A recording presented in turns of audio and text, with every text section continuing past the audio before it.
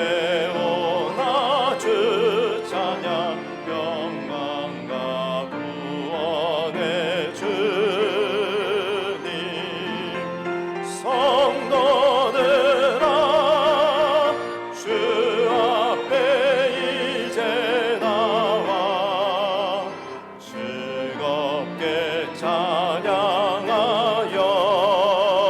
찬양하여라 다 찬양하여라 놀라운 만유의 주께 포근한 나에게 믿을 품어주시는 주님 성도들아 주님의 뜻 안에서 내 소원 다 이루리라 다 찬양하여라 온몸과 마음을 바쳐 이 세상 만물이 주 앞에 다 나와 찬양 성도들아 기쁘게 소리 높여 영원히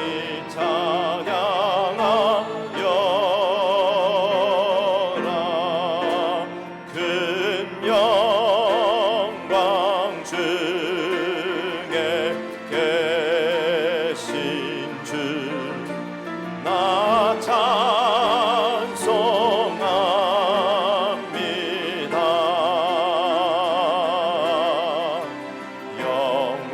영원히 계신 주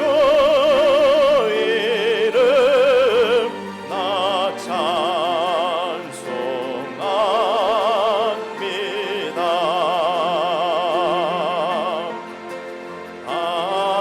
한없이 크신 능력을 나 찬송합니다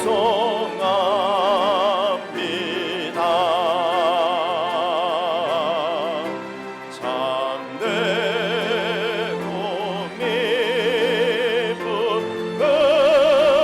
구원이야 나 찬송합니다 그 온유하신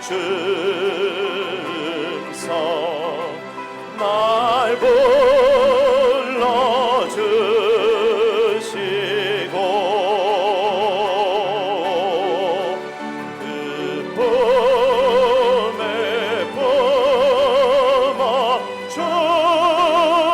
품어주시니 나 찬송합니다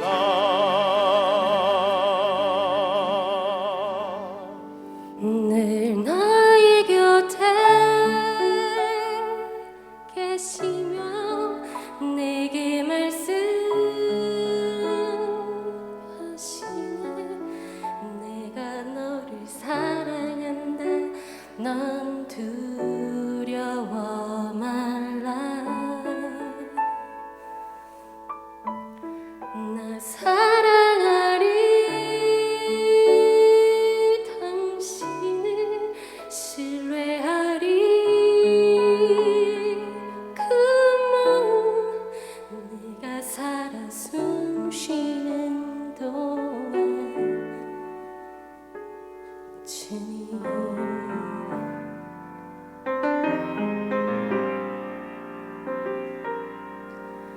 나 어디 거할지라도 주 날개 나를 지키네 그 그늘 아래서 나 주님을 노래하네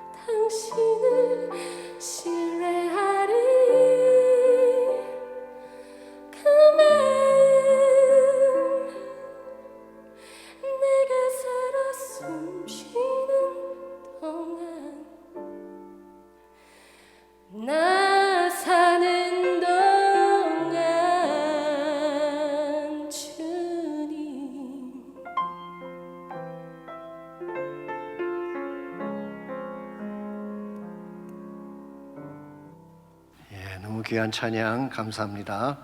우리 계속해서 월시콰이어에서 찬양으로 영광 돌려주시겠습니다.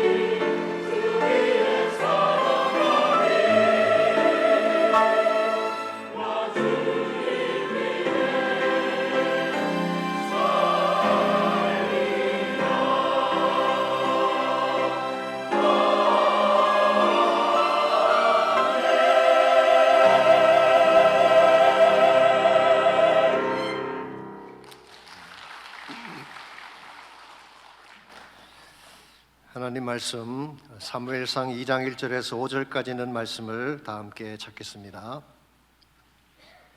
구약 성경 409페이지에 있습니다. 2장 1절에서 5절까지를 한 절씩 교독합니다. 한나가 기도하여 이르되 내 마음이 여호와로 말미암아 즐거워하며 내 뿔이 여호와로 말미암아 높아졌으며 내 입이 내 원수들을 향하여 크게 열렸으니 이는 내가 주의 구원으로 말미암아 기뻐함이니이다. 여호와와 같이 거룩하신 이가 없으시니 이는 주밖에 다른 이가 없고 우리 하나님 같은 반석도 없으심이니이다. 심히 교만한 말을 다시 하지 말 것이며 오만한 말을 너희 입에서 내지 말지어다. 여호와는 지식의 하나님이시라. 행동을 달아보시느니라. 용사의 활은 꺾이고 넘어진 자는 힘으로 띠를 띠도다. 5절 다 같이 읽겠습니다. 풍족하던 자들은 양식을 위하여 품을 팔고 줄이던 자들은 다시 줄이지 아니하도다. 전에 임신하지 못하던 자는 7을 낳았고 많은 자녀를 둔 자는 쇠약하도다. 아멘. 미국의 유명한 저술가 중에 롤만 빈센트 피어 박사라는 분이 계시죠. 이분이 한 번은 기차를 타고 여행을 하고 있었는데 마침 피어 박사 맞은편에 웬 중년의 부부가 앉아 있었습니다. 근데 부인 되는 사람이 계속해서 불평을 들어놓고 있었습니다. 자리가 불편하고 좌석 시트가 지저분하고 성문이 불친절하고 통풍이 안 된다는 등 자리에 앉는 순간부터 쉬지 않고 불평을 늘어놓는 것입니다. 그때 분위기를 조금 바꿔보려고 피얼 박사가 남편 되시는 분에게 물었습니다. 선생님은 무슨 일을 하고 계십니까? 그랬더니 저는 변호사로 일을 하고 있습니다. 그리고 제 아내는 제조업에 종사하고 있습니다. 제조업이라니요? 부인께서 무엇을 제조하는 일을 하시나요? 그때 남편이 좀 겸연쩍게 웃으면서 말하기를 보시다시피 제 아내는 불평 제조업자입니다 라고 대답을 했다고 합니다. 여러분, 이 땅에는 불평과 원망을 쏟아내며 사는 자가 있는가 하면 반대로 감사와 찬양을 쏟아내며 사는 사람들이 있습니다. 왜 똑같은 인생을 사는데 어떤 사람은 불평을 쏟아내고 어떤 사람은 감사를 쏟아내며 살까요? 이유는 간단합니다. 마음속에 품고 있는 것이 다르기 때문에 그런 것입니다. 마음속에 원망과 상처를 품고 사는 사람은 무슨 일을 하든 기쁨으로 할 수가 없습니다. 마음의 선뿌리와 불평이 자신의 입술을 통해 혹은 몸짓을 통해 흘러나오게 되어 있는 것입니다. 그러나 마음 중심에 하나님을 품고 사는 사람은 무슨 일을 당하건 찬양과 감사가 흘러나오게 되어 있습니다. 하나님의 사랑과 은혜가 그 가슴을 가득 채우고 있기 때문이죠. 세상을 품고 사는 사람은 무슨 일을 하건 세상 냄새가 풍겨 나오게 되고 하나님 나라를 품고 사는 사람은 무슨 일을 행하든 복음의 능력과 향기가 흘러나오는 것입니다. 그러므로 우리가 진실로 바른 삶을 살고 기쁜 삶을 살려면은 환경 따라 사는 삶이 아니라 하나님으로 가득 찬 삶을 추구해야 됩니다. 우리의 심령 속이 하나님으로 가득 차게 되면 환경이 악조건이 되거나 시련이 찾아올지라도 그것을 극복하며 노래하며 살아갈 수가 있는 것입니다. 여러분과 제가 사는 이 시대가 불평과 원망이 가득 찬 시대 아니겠습니까? 이와 같이 불평과 원망이 가득한 세대 속에서 여러분과 저는 크리스찬으로서 찬양과 기쁨으로 살아야 되는데 우리가 찬양과 기쁨을 가지고 살아가려면 과연 무엇이 필요할지 오늘 주신 본문을 중심으로 이것을 함께 정리해 보려고 합니다. 오늘 같이 봉독한 본문에 보시면 환경이나 조건에 상관없이 기쁨과 감사의 노래를 불렀던 한나의 찬송시 한 편이 소개가 되어 있습니다. 1절을 시작하는 부분이 한나가 기도하여 이르되 Hannah prayed라고 되어 있기 때문에 많은 사람들이 이것을 한나의 기도라고 생각을 하지만 사실은 그렇지 않습니다. 보편적인 기도의 내용이나 형태와 오늘 본문은 다른 것입니다. 영국 유명한 주석가인 찰스 엘리엇이 잘 지적한 것처럼 한나는 여기에서 그 무엇도 구하고 있지 않습니다. She asked for nothing. 아무것도 간구하는 것이 없어요. 오히려 과거에 대한 감사의 노래를 적고 있고 미래에 대한 확신의 노래를 적고 있습니다. 이런 의미에서 오늘 본문에 기록되어 있는 이 한나의 노래는 단순히 개인적인 차원의 찬양이라기보다는 장차 하나님께서 이루실 구속사적 계획을 바라보며 하나님께 올려드리는 환희의 노래라 그렇게 표현할 수가 있습니다. 그래서인지 캠브리지 바이블 카멘터리는 오늘 이 본문의 말씀을 누가복음 1장 46절에서 55절에 기록된 마리아의 찬가와 비교하고 있습니다. Magnificat of Mary라고 하는 유명한 노래가 누가복음에 기록되어 있죠. 신약성경에 기록한 가장 아름다운 노래라고 할 수가 있습니다. 오늘 본문을 그것과 대비하면서 구약의 찬가 Magnificat of the Old Testament라고 부르고 있습니다. 1절을 보시게 되면 이 노래에 담겨있는 한나의 마음이 어떤 것인지가 나와 있습니다. 한나가 기도하여 이르되 내 마음이 여호와로 말미암아 즐거워하며 그랬습니다. 여기서 즐거워했다는 말의 뜻은 그냥 기뻐했다는 말이 아니라 뛸 듯이 기뻐했다 그런 의미입니다. 히브리 단어인 알라츠라는 단어는 많은 영어 성경들이 exalt라고 번역을 했는데요. 이것은 뛸 듯이 기뻐하는 너무나 기쁨이 충만한 상태를 말하는 것입니다. 시편 68편 3절에서는 동일한 단어를 뛰놀며 기뻐한다 그렇게 번역을 하기도 했습니다. 그러므로 오늘 본문에서 한나가 가지고 있는 마음의 상태는 그냥 기뻐하는 것이 아니라 주체할 수 없을 정도의 큰 기쁨을 표현하고 있는 것입니다. 그 이유가 무엇일까요? 1장에서 분명히 한나는 자신을 마음이 슬픈 여자라고 표현을 했고 실제로 she was not happy. 그녀의 삶은 행복하지가 못했습니다. 스스로 실패한 여자로 간주를 했고 희망이 산산조각난 인생이라고 자처했던 사람인데 2장으로 넘어오면서 이 모든 모습들이 완전히 바뀌어지게 되는 것입니다. 기쁨과 확신이 가득 찬 인생으로 변화되게 됐습니다. 무엇이 한나를 이처럼 바꿔놓았을까요? 변화된 환경이나 혹은 기적적으로 얻게 된 아들 때문이었을까요? 물론 그것도 일정 부분 그녀의 삶을 바꾸는데 역할을 했다고 봅니다만은 그러나 그것 때문만은 아닙니다.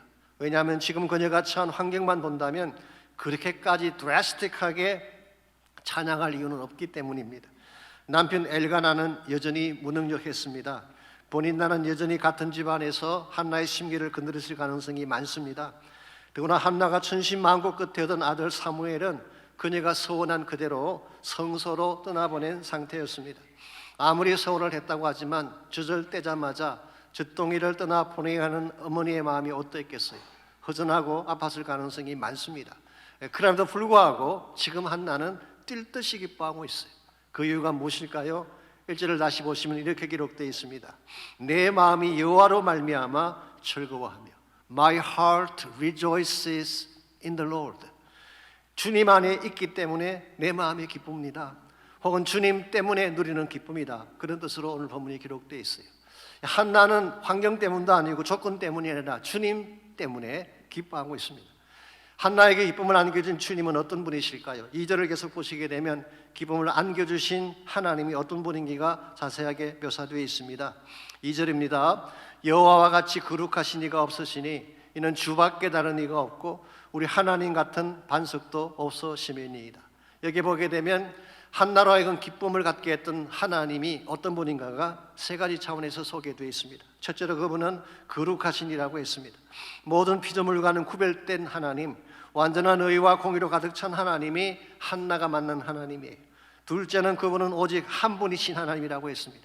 주밖에는 다른 이가 없다고 했죠. 내가 경배해야 될 유일한 분, 내가 사랑하며 나의 전부를 걸어야 할 유일한 분, 그분이 바로 나의 하나님이라 그런 뜻입니다. 시편 16편 2절에 보게 되면 다윗의 유명한 고백이 나오죠. 주는 나의 주님이시오니 주밖에는 나의 복이 없나이다라는 고백을 했어요. 여러분이 아시는 대로 다윗은 일국의 왕이었잖아요. 그가 복으로 나열할 수 있는 것들이 얼마나 많았겠습니까? 그의 왕권, 그가 누리는 권세나 영광, 혹은 그가 소유한 재물들, 수없이 많은 복들을 나열할 수 있었을 터인데 다윗은 고백하기를 주님 한 분밖에는 나의 복이 없다고 말씀했어요. 그 어떤 복도 하나님이라는 절대적 가치와는 비교가 되지 않기 때문에 그런 고백을 한 것입니다. 세 번째로 오늘 본문에 나타난 이 하나님, 한나가 만난 하나님은 반석 되신 하나님. He is the rock of ages. 만세 반석이신 하나님. 이 하나님이 한나의 하나님이시기 때문에 어떤 환난이나 어떤 어려운 문제가 찾아와도 그는 흔들리지 않는 것입니다. 그 반석 위에 서 있기만 한다면 두려워하거나 염려할 필요가 없기 때문에 지금 한나의 마음은 바로 이 하나님으로 가득 차 있고 이 하나님의 임재가 그의 심령을 가득 채우고 있기 때문에 그는 환경에 상관없이 주어진 상황에 상관없이 기뻐하며 노래하고 있는 것입니다. 여러분 가지의 삶도 마찬가지입니다. 환경이나 여건이 우리 삶을 기쁘게 하는 것이 아닙니다. 우리 안에 계시는 하나님이 우리 삶을 기쁘게 만드시는 분이에요. 그러므로 여러분과 제가 참되는 의미에서 기쁨을 회복하고 찬양을 회복하기를 원한다면 하나님으로 가득 찬 삶을 살아야 됩니다. 우리의 마음속에는 무엇이 가득 차 있나요?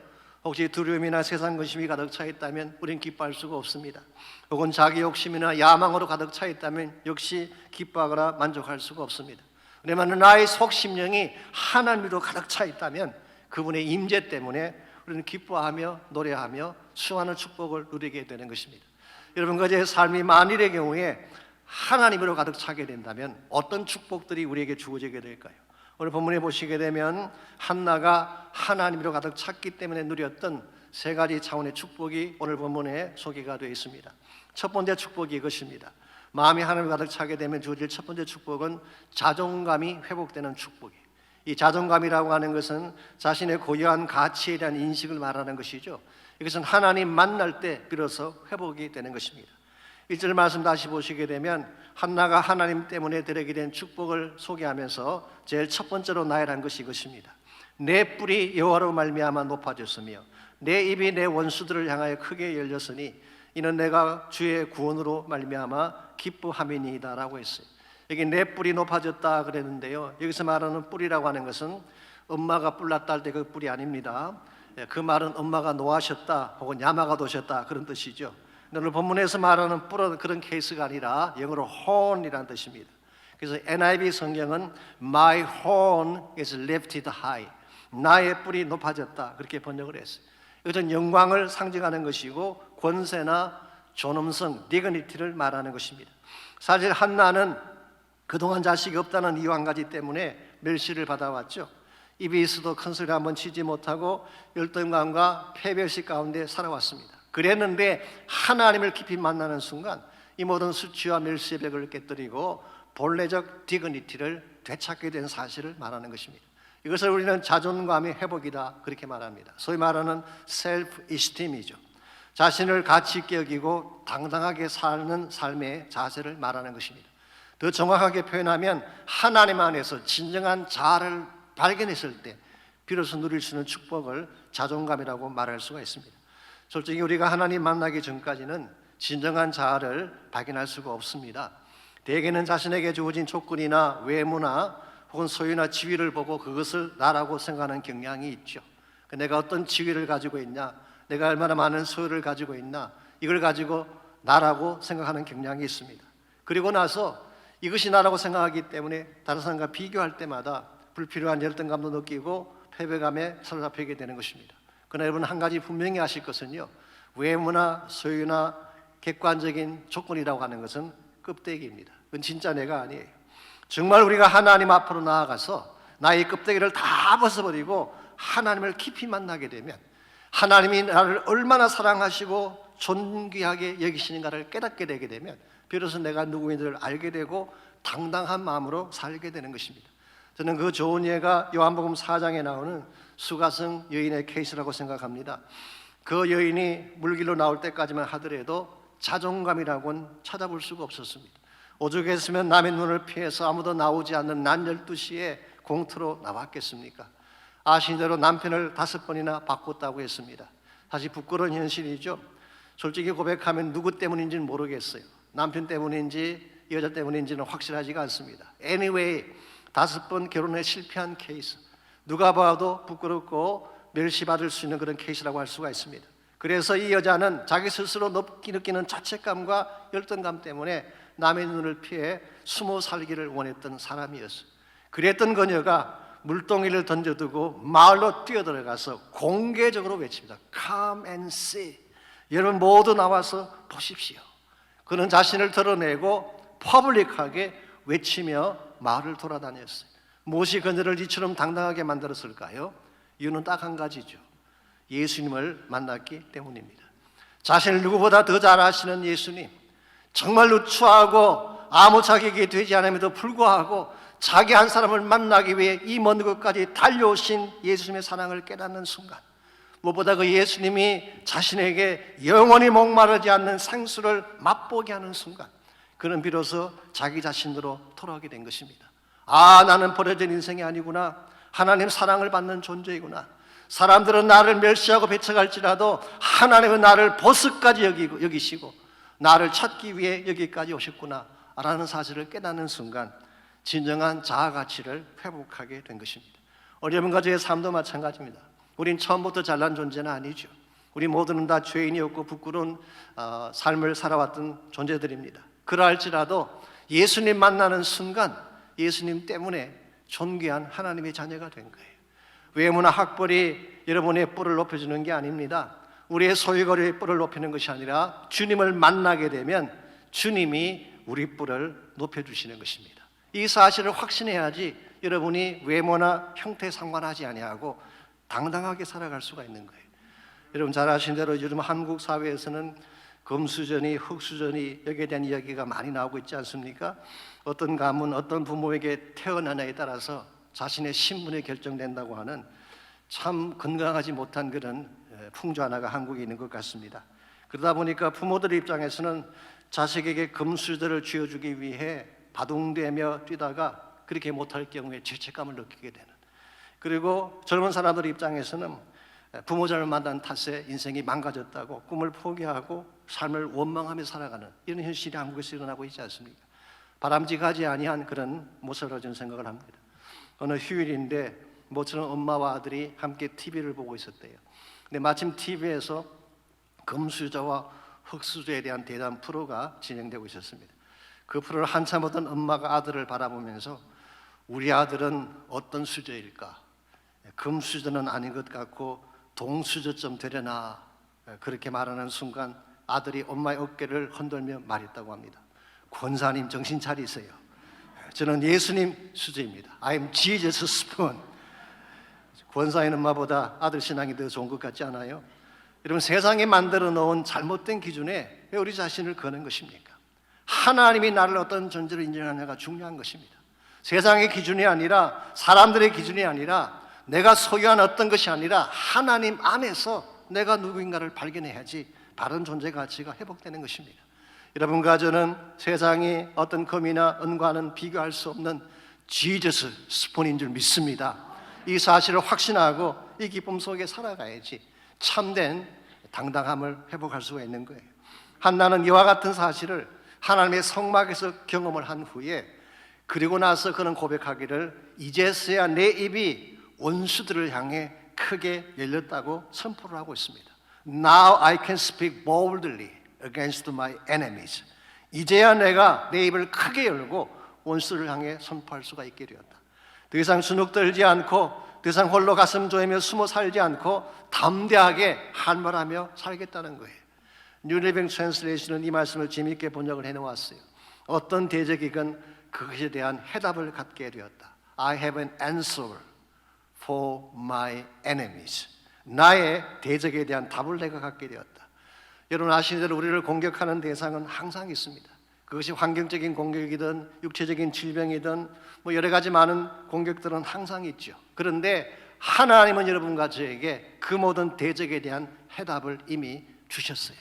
그 해답이 누구인지 아십니까? 바로 죽으시고 부활하신 예수 그리스도십니다. 여러분 그저 이 사실을 확신해야지 무슨 문제를 당해도 일어설 수가 있는 거예요. 나를 대적하는 대적이 무엇이건, 나를 공격하는 어떤 현실이 무엇이건, 질병이나 불행이 어떻게 나를 억눌러 오든 나는 예수 그리스도 안에서 거듭난 하나님의 자녀이다. 죄사함 받고 부활의 능력을 가진 생명의 자녀이다. 이 사실을 확신하고 선포할 때에 악한 환경을 넘어서게 되는 거예요. 마치 사도 바울이 고린도서 15장에서 선포한 것처럼 사망아 너의 승리가 어디 있느냐, 사망아 너가 쏘는 것이 어디 있느냐, 우리 주 예수 그리스도로 말미암아 우리에게 승리를 주시는 하나님께 감사하노라. 이 선포가 분명할 때에 사망 권세가 떠나가는 거예요. 우리 영도로는 모든 어두운 현실이 떠나가고 참된 기쁨의 노래를 부를 수 있게 되는 것입니다. 그러므로 여러분과 제가 환경 따라 살지 말고 세상 기준 따라 살지 말고 그리스도 안에서 참된 자아를 발견하고 당당함 속에 살아갈 수 있기를 바랍니다. 두 번째로 우리의 마음이 하나님을 가득 차게 되면 삶의 열매가 달라지는 것입니다. 하나님 만나게 되면 자신에 대한 인식만 달라지는 것이 아니라 삶의 열매도 다르게 나타나게 되어 있습니다. 3절 말씀 보시게 되면 한나는 하나님을 이런 분으로 고백하고 있습니다. 심히 거만한 말을 다시 하지 말 것이며 오만한 말을 너의 입에서 내지 말지어다. 여호와는 지식의 하나님이시라 행동을 달아보시느니라. 여기 하나님은 지식의 하나님이시라 그랬는데요, 이 말의 뜻은 하나님은 우리의 모든 것을 다 아시는 분이다 그런 뜻입니다. 우리가 어디에서 무슨 말을 하든 우리가 하는 모든 말을 다 아시는 분, 어디에서 어떤 행동을 하든 우리의 모든 행동을 다 아시는 분들, 그리고 우리가 하는 말과 행동이 합당한가 아닌가 저울로 달아보시듯이 평가하시는 분이 하나님. 그래서 우리의 행동을 달아보신다라고 했어요. 이거 성경 보시면 He judges all actions. 우리가 행하는 모든 행동들을 판단하신 하나님, 그렇게 번역했어요. 여러분과 제가 이 하나님을 바르게 인식할 때에 우리 삶의 열매가 달라지게 되는 것입니다. 솔직히 우리가 하나님을 만나기 전까지는요, 내 자신이 누군지도 발견하지 못하지만 어떻게 사는 것이 바른지도 알 수가 없어요. 왜냐하면 그 삶의 규진이 없기 때문에 그런 것입니다. 그래서 열심히 산다고 살지만 나중에 남겨놓은 열매를 되돌아보게 되면 흠한 열매일 때가 많지 않습니까? 근데 하나님을 만나게 되면, 그리고 하나님의 임재를 경험하게 되면 그때 비로소 내가 살아야 될 방향과 목적을 알게 되는 것입니다. 그래서 그때 맺게 되는 열매가 아름다운 열매가 되는 것이죠. 실제로 기도 역사를 보시게 되면 하나님 만난 사람들 중에 변화받지 않은 사람이 없어요. 구약 성경에 보면은 야곱이 나오지 않습니까? 야비하고 못된 야곱. 이 야곱이 언제 변화되나요? 약보강 나루트에서 하나님을 만난 후에 이스라엘로 바뀌게 됐습니다.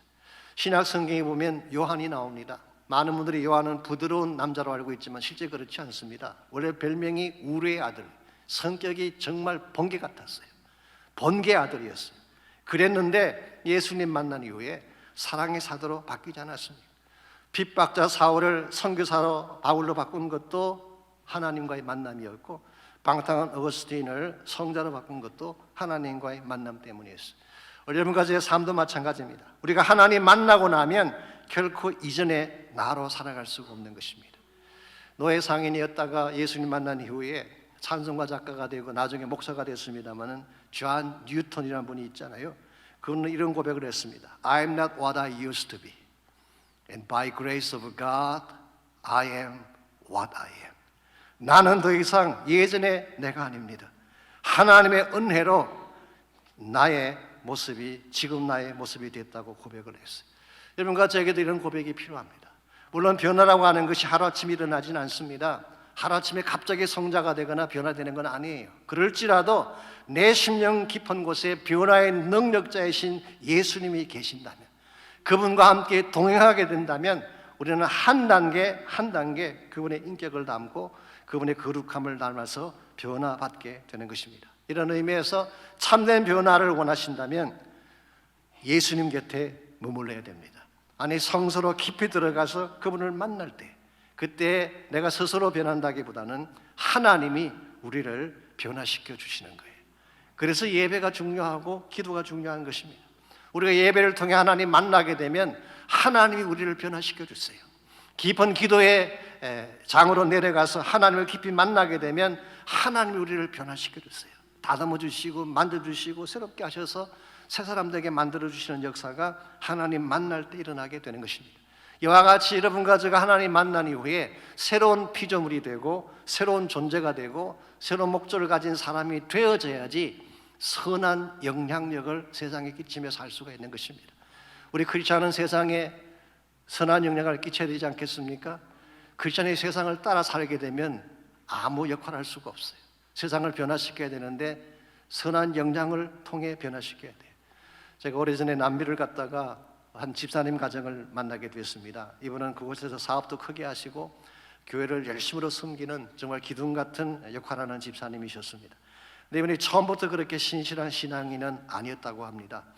이분은 중학교 때 부모님을 따라 남미로 이민을 갔는데 학교도 제대로 다니지 못했고 정말 많은 고생을 하면서 살았다고 합니다. 그래서 이분이 가진 유일한 낙이 뭐냐고 하면 친구들 만나 술 마시는 것이었대요. 술을 마시되 그냥 마시는 게 아니라 절대 먼저 자리에서 일어나지 않는 것을 자랑으로 여기고 맨 나중까지 남아 술 취한 친구를 집까지 보내주는 것을 크나큰 사명과 보람으로 느끼며 그렇게 살았던 인물이라고 합니다. 그랬던 이 사람이 교회를 다니게 됐어요. 예수님 만나게 됐어요. 후에 직분도 받고 열심으로 교회를 섬기는 자가 됐습니다. 일반적으로 예수 믿지 않던 사람이 신앙생활을 하게 되면 필연적으로 겪게 되는 현상이 하나 있죠. 그게 뭘까요? 세상 친구로부터 왕따를 당하는 것입니다. 실제로 이분도 왕따를 당하셨대요. 그래서 그 사실을 담임 목사님께 하소연했더니 목사님이 다음과 같이 말씀하시더래요. 집사님이 왕따 당한 것이 아니라 당신이 친구들을 왕따시킨 겁니다. 우리가 세상과 같이 못 간다고 안달할 것이 아니라 세상이 우리와 같이 가지 못하는 것을 불쌍히 여기라는 그 말씀을 듣게 됐어요. 이 말씀을 들은 후에 그는 세상을 왕따시키는 삶을 추구했대요. 이걸 교회적인 용어로 바꾸면은 거룩한 삶을 살았다 그런 뜻이에요. 세상 쫓아가는 게 아니라 세상과 같이 가는 것이 아니라 세상을 왕따시키는 삶, 이와 같이 구별되고 거룩한 삶을 추구했더니 하나님이 얼마나 큰 축복을 부어주시는지 사업도 성공하게 되고 교회도 섬기는 그런 인물이 됐습니다. 흥미로운 사실이 무엇인지 아십니까? 이렇게 되니까 이분을 왕따시켰던 친구들이 나중에 다 그를 따라 교회로 나오게 되는, 이게 소위 말하는 선한 영향력입니다. 우리가 세상에 끌려다니는 삶을 살면 절대로 세상을 변화시킬 수 없습니다. 그러나 하나님에게 붙들려서 하나님께 이끌려 살게 되면 세상을 주도하게 되는 것입니다. 그때 하나님의 영광이 나타나고 하나님의 기뻐하는 열매를 통해 하나님의 나라를 이루어갈 수가 있는 것입니다. 이런 의미에서 여러분과 저는 반드시 하나님의 임재 속에 살아야 되는데, 우리가 정말 하나님의 깊은 임재 속에 들어가게 되면 1차적으로는 잃었던 나 자신을 발견하게 돼요. 진정한 나의 가치를 발견하게 되는 것입니다. 두 번째는 삶의 열매가 달라집니다. 거룩한 열매, 기쁨과 감사의 열매를 맺으며 사는 것입니다. 마지막 세 번째로 여러분과 제가 하나님을 가득 차게 되면 그때 비로소 인생 역전을 경험할 수 있게 됩니다. 인생이 뒤집어지는, 축복으로 변화되어지는 역사를 경험한다, 그런 뜻입니다. 4절과 5절 말씀 보시게 되면 하나님께서 개입하실 때 일어날 수 있는 반전을 다음과 같이 소개하고 있습니다. 여기 보게 되면 세 가지 차원의 반전이 나오는데요. 먼저 4절입니다. 용사의 활은 꺾이고 넘어진 자는 힘으로 띠를 띠도다. 풍족하던 자들은 양식을 위하여 품을 팔고 줄이던 자들은 다시 줄이지 아니하도다. 전에 임신하지 못하던 자는 7을 낳았고 많은 자녀를 둔 자는 쇠약하도다. 여기 세 가지 종류의 대비가 소개되고 있죠. 첫 번째는 힘 있는 자와 힘 없는 자의 대비입니다. 용사의 활이라고 하는 것은요, 인간이 자랑하는 무력의 힘을 말하는 것입니다. 그런데 이것이 꺾여진다는 거예요. 오늘날 세계를 주도하는 국가들을 보면 일반적으로 무력을 가지고 약소 국가들을 다스리고 지배하려고 하지 않습니까? 근데 하나님이 개입하시면 인간이 자랑하던 무력 한순간에 꺾어질 수 있다는 것입니다. 그 반면에 넘어진 자들, 연약한 자들에게는 힘을 주어 일어나게 하시는 것, 이게 하나님이 준비하신 반전이에요. 두 번째로 가진 자와 가지지 못한 자의 대비를 합니다. 풍족하던 자들은 양식을 위하여 품을 판다. 풍족한 자들은 부자를 말하겠죠. 부유한 자를 말합니다. 일반적으로 내가 가진 부유함이 영원할 줄 알지만 오늘 본문에 의하면 결코 그렇지 않습니다. 이 풍족하던 자들도 일순간에 먹을 것을 위해 품을 팔아야 될 정도로 어려운 시기가 찾아온다는 것입니다. 그러나 반면에 줄이던 자들, 가난하고 먹지 못한 자들은 하나님께서 먹이시겠다고 말씀하고 있습니다. 세 번째로 임신하지 못한 자들과 자식을 둔 자를 대비하고 있습니다. 전에 임신하지 못하던 자는 7을 낳았고 그랬죠. 여기서 말하는 7은 꼭 문자적인 7이라기보다는 완전한 숫자, 즉 하나님이 주시는 완전한 축복의 넘버를 의미한다고 볼 수가 있습니다. 그 반면에 많은 자녀를 둔 그 사람은 그 자녀들이 세상을 떠남으로 삶이 더 쇠약해질 수 있다, 그렇게 말하고 있습니다. 유대인들의 전성에 의하면 한나는 사무엘 이후에 여러 명의 아이를 갖게 됐어요. 21절에 보게 되면 세 아들과 두 딸을 두었다라고 오늘 성경이 밝히고 있죠. 그 반면에 본인 나에게는 두 아들이 있었는데 유대인들의 전성에 의하면 그 두 아들이 다 죽는다고 합니다. 그러므로 내가 지금 부유하게 되었다고 가진 것이 많다고 자랑해서 안 된다는 거예요. 하나님께서 빼앗아 가시면 한순간에 사라지는 거예요.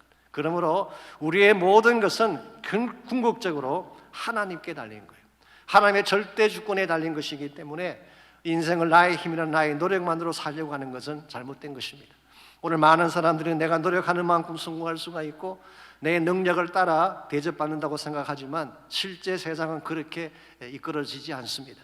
하나님이 도와주시지 않으면 아무리 애써도 풀리지 않는 것이 인생이에요. 그 반면에 하나님이 개입해 주시면 연약한 자도 성공자가 될 수 있는 것이 하나님이 주시는 삶의 현실입니다. 이사야 60장 22절 말씀 속에 기록된 것처럼 하나님이 함께 하시면 작은 자가 천을 이루게 돼요. 약한 나라가 강국이 되어서 하나님의 뜻을 이루는 것입니다. 그러므로 정말 중요한 것은 하나님의 개입이에요. 그래서 전도서 9장 11절을 보게 되면 전도서 저자는 인생의 성공과 실패를 다음과 같이 소개하고 있습니다. 내가 다시 헤아려서 보니 빠른 경주자들이라고 선착하는 것이 아니며 용사들이라고 전쟁에 승리하는 것이 아니며 지혜자들이라고 음식물을 얻는 것도 아니며 명철자들이라고 재물을 얻는 것도 아니며 지식인들이라고 은총을 입는 것이 아니라 이는 시기와 기회는 그들 모두에게 임함이니라고 했어요. 이 전도서를 기록한 저자가 누군지 아시죠? 솔로몬 왕입니다. 이 전도서는 솔로몬의 인생을 다 살아본 후에 자기의 삶을 되돌아보며 기록한 교훈을 기록하고 있죠. 인생을 다 살아본 후에 헤아려 사는 모든 사람들을 다 되돌아보았더니 빠른 경주자라고 1등하는 게 아니더라는 거예요. 힘을 가진다고 꼭 승리하는 게 아니더라는 것입니다. 많이 배우고 똑똑한 사람이라고 꼭 성공하는 게 아니라는 것입니다. 이게 바로 솔로몬이 인생을 다 산 후에 깨닫게 된 삶의 진실이었어요. 결국 무엇이 결정하는 것이냐? 시기와 기회. 이 말은 하나님이 주시는 타이밍과 오퍼튜니티를 말하는 것입니다. 하나님의 타이밍이 맞아떨어졌을 때, 하나님이 나에게 주신 기회가 왔을 때에 우리 삶 속에 능력도 행사되어지고 축복도 행사되어지는 것이지, 하나님 떠나서는 누구도 성공자가 될 수 없음을 솔로몬이 밝힌 것입니다. 이런 의미에서 여러분과 제가 참으로 인생을 바르게 살기를 원하고 인생이 회복되기를 원한다면 하나님을 꼭 만나야 돼요. 하나님의 섭리하심과 하나님의 능력을 신뢰하며 살아가게 될 때에 최악의 인생이라고 할지라도 하나님께서 뒤집어 최선이 되게 만드시는 거예요. 여러분이 잘 아시는 이지선 자매님, 지금 교수님이 되셨습니다마는 이분이 한 번은 간증 중에 자신의 죽음에 대해서 생각했던 그 간증을 소개한 적이 있습니다. 중환자실에서 전신이 붕대로 꽁꽁 묶여 지내던 때, 가장 힘들 때였죠. 아시겠지만 전신 피부의 55%가 3도 화상을 입었습니다. 이런 경우에는 붕대를 다 몸에 감아야 된대요. 그렇지 않으면은 체액이 손실을 입기 때문에 그걸 막기 위해서, 또 바깥에서 들어가는 감염을 막기 위해서, 생명을 보호하기 위해서 붕대를 다 감는 것이 필수적이라고 합니다. 이 붕대를 더 감고 살다가 치료를 받기 위해 어느 날 다리 붕대를 풀게 됐는데요. 그때 처음으로 붕대가 벗겨진 자신의 다리를 보게 된 것입니다. 보았더니 그 형상은 사람의 것이 아니었대요. 생닭에서나 볼 수 있는 붉은 고기에 약간의 노른 지방과 뼈가 고스란히 드러난 다리를 보는 순간, 아, 내가 더 이상 살 수 있는 상황이 아니구나 라는 자각이 밀려왔다고 합니다. 그래서 면회 시간이 되면 가장 먼저 뛰어들으시는 엄마에게 이 자매님이 이렇게 말을 했어요. 엄마, 상황을 직접 보니까 더 산다는 것이 가능성이 없는 것 같습니다. 그리고 이 모습으로 산다고 하더라도 아무 가치가 없는 것 같아요. 이젠 떠나게 해주세요. 그때 어머니가 다른 말씀 한마디 하지 않고 그냥 그 딸 앞에서 에스겔 37장을 직접 암송하셨다고 해요. 참 귀한 어머니죠. 에스겔 37장을 바로 그 자리에서 직접 암송을 하셨어요. 5절과 6절 말씀에 이렇게 기록이 되어 있습니다. 주 여호와께서 이 뼈들에게 말씀하시기를 내가 생기로 너희에게 들어가게 하리니 너희가 살리라. 너희 위에 힘줄을 두고 살을 입히고 가죽으로 덮고 너희 속에 생기를 두리니 너희가 살리라. 또 나를 여호와인 줄 알리라 하셨다 하라. 이 말씀을 암송하신 후에 선포하셨어요. 딸아, 눈에 보이는 현실을 보지 말고 이 말씀을 보아라. 너의 뼈에는 살이 입히고 가죽이 덮여서 살게 된다고 하지 않았느냐. 언젠가 때가 되면 무덤을 열고 나와서 온 땅에 소망의 생명의 메시지를 전하며 살게 될 거예요. 그리고는 준비해 오신 도시락을 꺼내 먹이기 시작하셨어요. 그날 이지선 자매는 엄마의 그 밥을 도저히 거절할 수가 없었고 승리의 보정이 자신이 아니라 주님임을 깨닫고 다시 일어나게 됐다는 간증을 하셨어요. 그 후에 우리가 다 아는 것처럼 정말 무덤을 깨고 나온 사람처럼 곳곳을 다니면서 소망의 메시지, 생명의 메시지를 선포하며 살지 않았습니까? 사랑하는 자매 여러분, 누구에게나 절망의 순간은 찾아올 수가 있습니다. 그러나 하나님을 가슴에 품고 사는 사람은 결코 그 절망 앞에 무릎 꿇지 않습니다. 하나님이 내 심령 속에 소망을 주시고 영원한 반석이 되셔서 생명의 능력을 주시기 때문이에요. 그러므로 여러분과 제가 무슨 일 당하든지 혼자 고민하지 마시고 여러분을 너무나 잘 아시고 사랑하시고 이미 해답 가지고 계시는 예수 그리스도께 나오시기 바랍니다. 그분을 붙들고 그분을 반석 삼고 그분과 함께 여러분 남은 생애를 살아가시기를 바랍니다. 19세기 영국 런던의 탐즈가에 사회 가셨던 에드워드 모트라는 목사님이 계세요. He was a Baptist minister. 이분이 최악의 절망의 상황에 왔을 때 하나님을 바라보며 부렀던 유명한 찬송이 있죠. 주 나의 반석 되시니 그 위에 내가 서리라. On Christ, the solid rock, I stand firm 이라고 하는 유명한 찬송이 있습니다. 세상에 믿던 모든 것 끊어질 그날이 되어도 구주의 언약 믿사 그 소망도 그리라. 주 나의 반석 되시니 그 위에 내가 서리라. 그 위에 내가 서리라. 이 동일한 고백을 오늘 이 아침 여러분과 제가 함께 하나님께 드리면 좋겠어요. 주 나의 반석 되시니 그 위에 내가 서리라.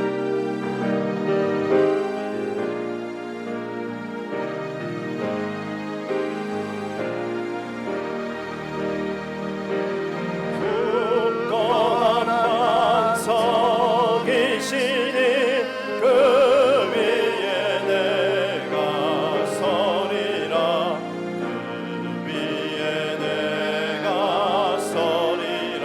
다시 한번 고백합니다. 굳건한 반석이시니 그 위에 내가 서리라. 그 위에 내가 서리라. 예수 안에 소망 있네. 내 빛과 힘 나의 노래. 환난 중에 도우시는 주 나의 견고한 반석. 그 신사랑 그 신평화 두려움에서 날 건지네. 내 위로자 내 모든 것 주 사랑 안에 서리라. 달려서서 이제 주 예수의 능력으로 내 속에 두려움 없네. 나의 산을 모든 순간 주께서 다스리시네. 어느 것도 주 손에서 날 빼앗지 못하리라. 주 오실 날 기다리며 주 능력 안에 서리라. 굳건한 반석이시니 그 위에 내가 서리라. 그 위에 내가 서리라. 굳건한 반석이시니 그 위에 내가 서리라. 그 위에 내가 서리라. 바라던 천국 올라가 하나님 앞에 배울 때 구주의 의를 힘입어 어여시 바로 서리라. 굳건한 반석이시니 그 위에 내가 서리라. 그 위에 내가 서리라. 다시 한번 고백합니다. 굳건한 반석이시니 그 위에 내가 서리라. 그 위에 내가 서리라. 하나님 감사합니다. 주님이 우리의 반석 되셔서 무슨 환난이나 어려움이 닥쳐와도 흔들리지 않게 하신 것을 감사합니다. 이 반석 위에 믿음의 견고한 터를 세우게 하시고 주의 거룩한 나라 백성이 되어서 이제는 세상에 끌려다니지 않고 하나님 자녀들 앞에 당당하게 거룩하게 존귀하게 살아갈 수 있는 우리 모두가 되게 하여 주시옵소서. 이제는 우리 구주 예수 그리스도의 은혜와 하나님 아버지의 무한하신 사랑과 성령님의 충만한 임재하심이 예배를 마치고 돌아가는 모든 사랑하는 주의 백성 한 분 한 분에게 가정과 삶의 터전과 자녀들과 자손들 위해 이제로부터 항상 함께하여 주시기를 우리 주님 예수님의 이름으로 간절히 축원하옵나이다.